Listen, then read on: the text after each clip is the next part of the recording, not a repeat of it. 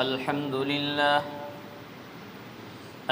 لله نحمده ونستعينه ونستغفره ونؤمن به ونتوكل عليه ونعوذ بالله من شرور أنفسنا ومن سيئات أعمالنا من يهده الله فلا مضل له ومن يضلله فلا هادي له ونشهد أن لا إله إلا الله وحده لا شريك له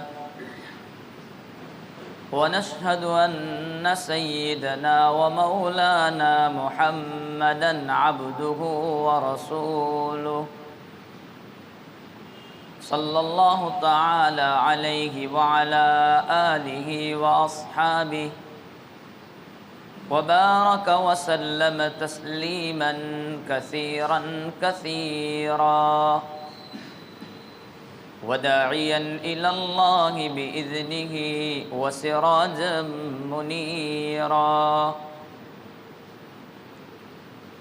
أما بعد فأعوذ بالله من الشيطان الرجيم بسم الله الرحمن الرحيم إن عدة الشهور عند الله 12 شهرا في كتاب الله يوم خلق السماوات والأرض صدق الله مولانا العظيم قال الله تبارك وتعالى في شان حبيبه إن الله وملائكته يصلون على النبي يا أيها الذين آمنوا صلوا عليه وسلموا تسليما اللهم صل على سيدنا محمد وعلى آل سيدنا محمد وبارك وسلم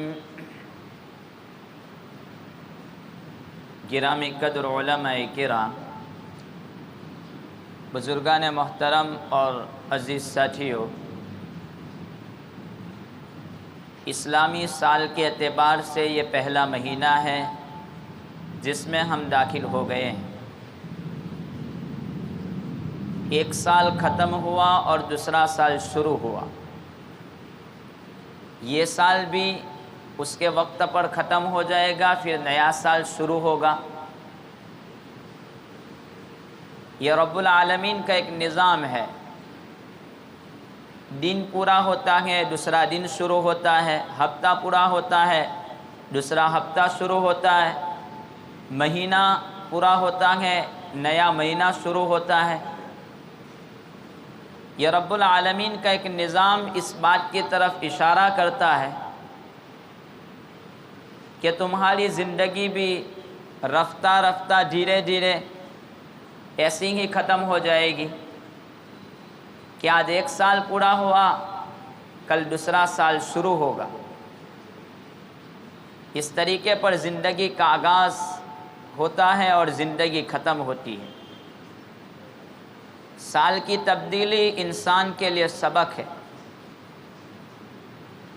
ہر قوم اپنے لیے سال کی ابتدا کا دن رکھتے ہیں، سال کی شروعات رکھتے ہیں کہ یہاں سے سال شروع ہوتا ہے۔ کوئی کسی کے مرنے سے سال کی ابتدا کرتا ہے تو کوئی کسی کی زندگی سے سال کی ابتدا کرتا ہے۔ تو کوئی نئی چیز ہوتی ہے، اس سے قوم اپنے سال کا آغاز کرتے ہیں۔ تو یہ سالوں کی تبدیلی انسان اپنی طرف سے رکھتا ہے تاکہ وہ پہچانا جاوے کہ اس سال کی ابتدا کیسے ہوئی۔ حضرت عمر رضی اللہ تعالیٰ عنہ کے پاس ایک خط آیا، اور وہ خط لکھتے تھے، آیا کرتے تھے ان کی حکومت کے اور خلافت کے زمانے میں، جس میں اسلامی اعتبار سے دن تھا اور اسلامی اعتبار سے مہینہ تھا، کہ خط لکھا تو تاریخ موجود ہوتی تھی کہ یہ تاریخ ہے، اور اس میں مہینہ موجود ہوتا تھا کہ یہ مہینہ ہے، لیکن سال کون سا ایسی کوئی تعین اس خط میں نہیں تھی کہ کون سا سال ہے۔ لوگوں نے حضرت عمر رضی اللہ تعالیٰ عنہ سے اس بارے میں کہا کہ ہمارا کوئی سال ہونا چاہیے جس میں ہماری تاریخ ہو۔ چنانچہ صحابہ کی میٹنگ بلائی گئی، مشورہ لیا گیا کہ اسلامی سال کی ابتدا کیسے کی جائے۔ کسی نے کہا کہ فتح مکہ کا جو موقع ہے وہ بڑا خوشی کا موقع ہے مسلمانوں کے لیے، اسی سے اسلامی سال کی ابتدا ہونی چاہیے۔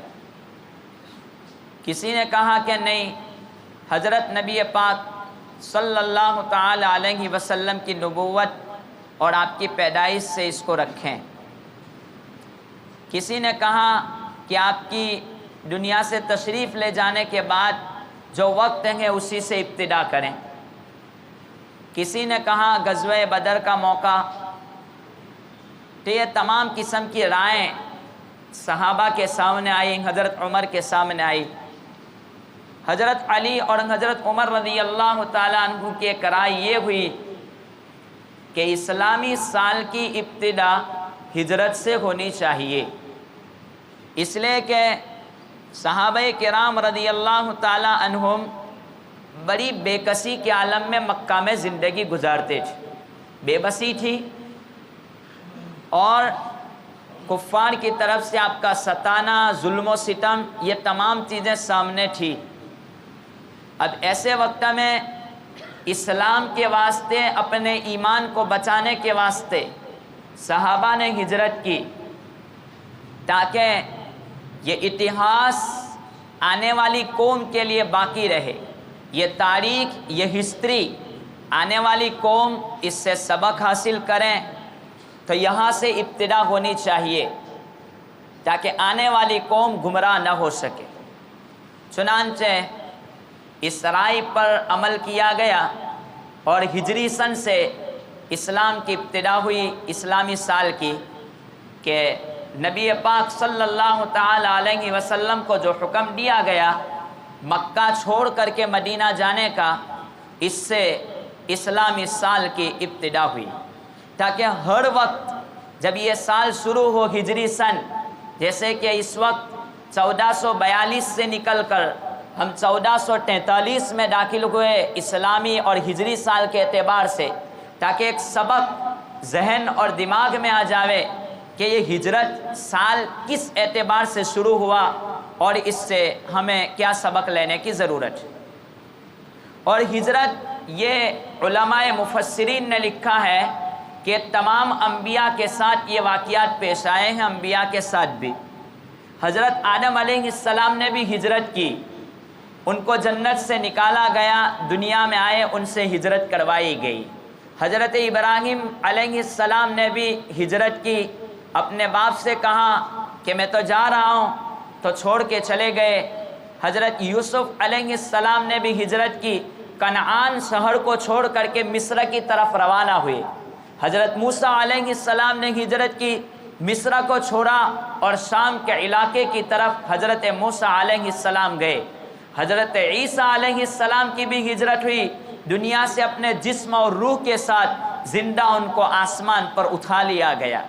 تو اس دین کا، مذہب اسلام کا ہجرت کے ساتھ بڑا گہرا تعلق ہے، تاکہ قوم اپنی قربانی کو یاد رکھیں اور معمولی چیزوں پر اپنے اسلام کا اور ایمان کا سودا نہ کر بیٹھیں۔ اسی سے اس ہجرت کی تاریخ کو یاد کرنے کے واسطے اسی سے اسلامی سال کی ابتدا ہوئی۔ خیر، ہر سال کا اختتام آدمی کا بھی آتا ہے کہ آدمی ایک سال پورا کر کے دوسرے سال میں داخل ہوتا ہے کہ یہ سال میں اس کی پیدائش ہوئی تھی، یہ دن میں، یہ تاریخ میں، تو لوگ اس کو برتھ ڈے کی شکل میں مناتے ہیں۔